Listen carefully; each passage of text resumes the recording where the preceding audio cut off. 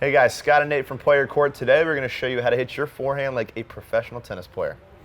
Today's instruction is for Play Your Court members with a rating of 80 and up. If you don't have your Play Your Court rating, check out the community. You can try it for free.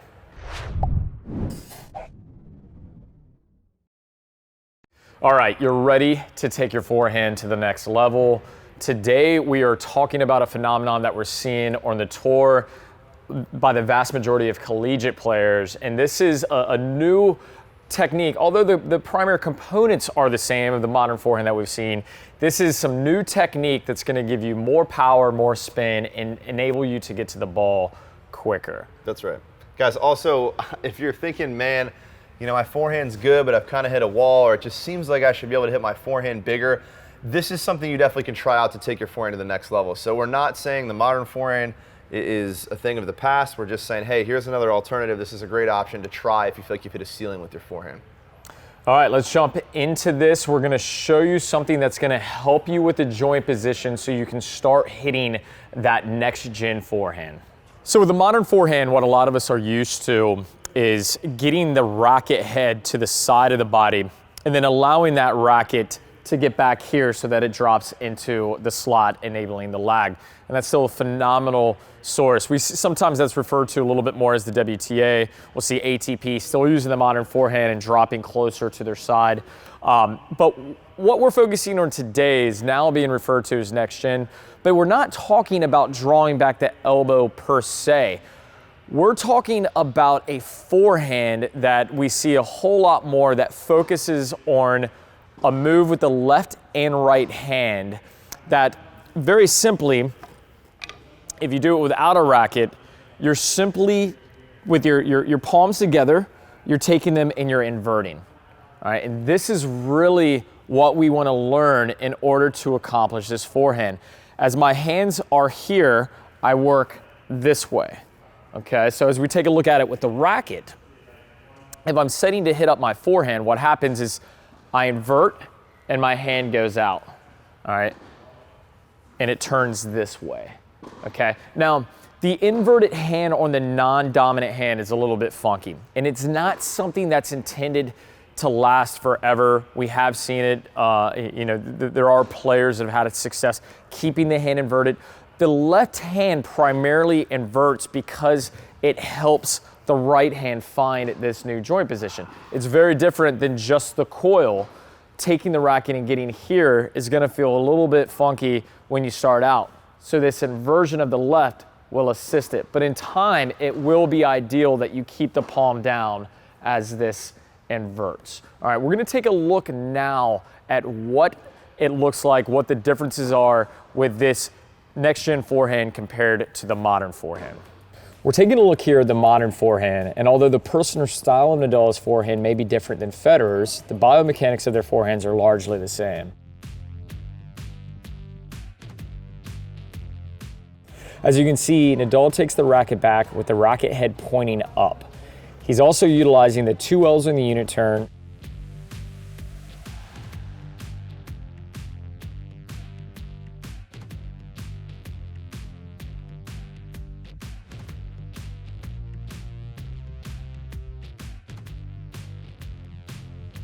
and the racket falls to the side of the body before it enters the slot.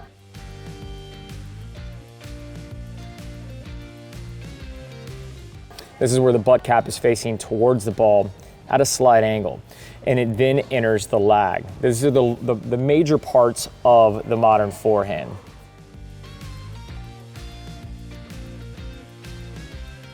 In this footage of Federer, you'll see this very similar mechanics, but due to his Eastern grip, there's stylistic differences than the semi-Western forehand of Nadal. However, you can tell the similarities there still make up what is considered the modern forehand.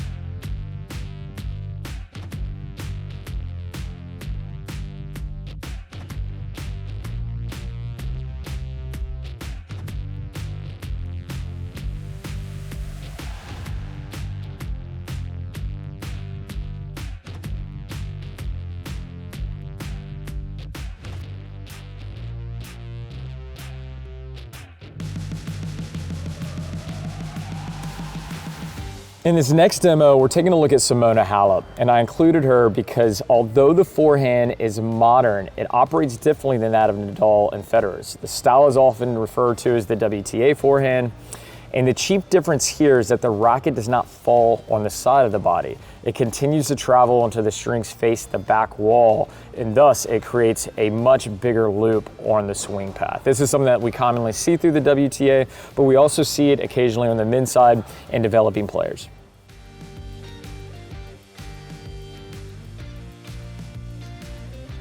We'll get back to coaching in just a second, but first, we sincerely appreciate you watching our channel, and as a thank you, we want to give you our 6-part Forehand Mastery video course for free.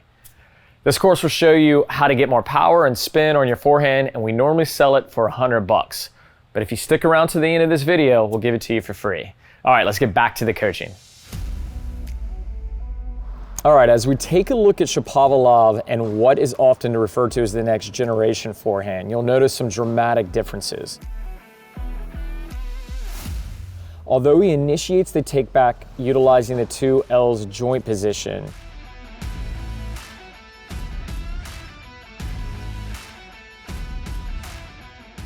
he turns his wrist so that the racket tip faces the opponent as opposed to straight up, as we saw with the modern forehand. As he turns his torso and coils, the string bed faces the back wall, but it does so with the racket tip now facing the sidewall to his left.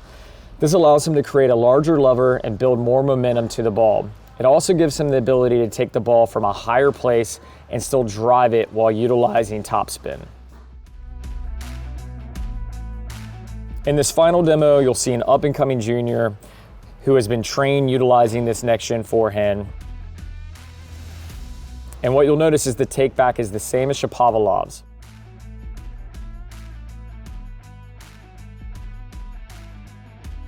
You'll also want to notice the alignment of the racket as it enters the lag. It is far more pronounced, allowing the racket to pick up additional speed and also allowing it to create more pace and spin.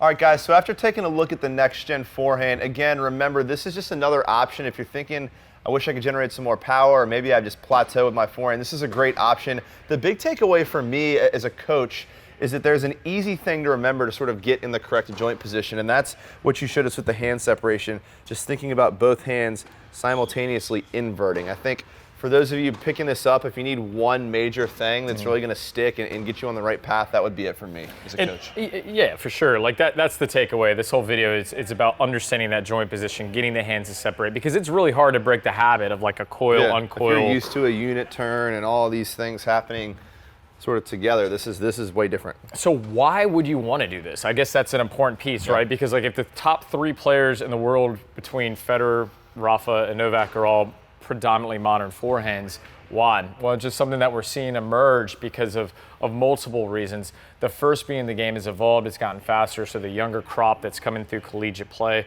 there are a lot of them are being coached this because it's easier to get into the slot and get into that contact. It's a faster mechanism than, say, the modern forehand. Right. But obviously with perfect contact, the modern forehand works just fine. It's just a changing of the times too. I mean, everybody used to play with Eastern forehand grips, right? Like Pete Sampras was the best player of all time at one point, and no one was using a semi-Western forehand yet. You find some players start to have success with it.